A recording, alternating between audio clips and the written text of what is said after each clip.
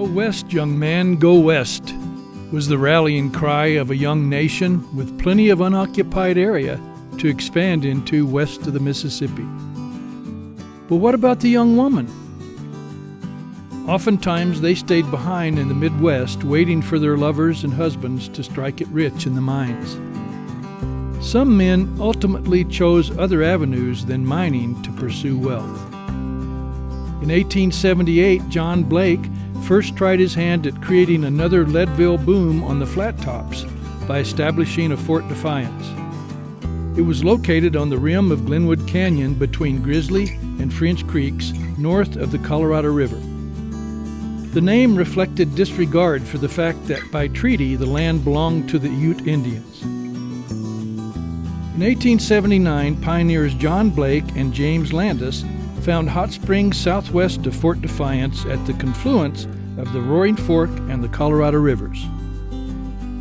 Both men laid claim to the area around the hot springs, with Isaac Cooper buying out James Landis for $1,500. The federal government forcibly removed the White River Utes from our area in 1881, opening up the area to whites as pioneers now became settlers. In 1883, the new settlement changed from Defiance to Glenwood Springs after Isaac Cooper renamed the now platted town site after his and his wife Sarah's hometown of Glenwood in Iowa.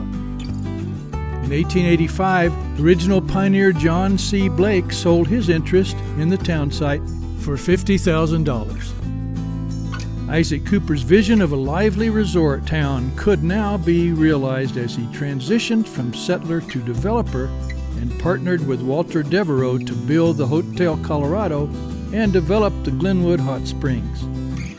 But to hear the Wild West town of Defiance's ladies of the night tell it, I can no longer ply my trade along the riverfront that is now known as 7th Street's Restaurant Row.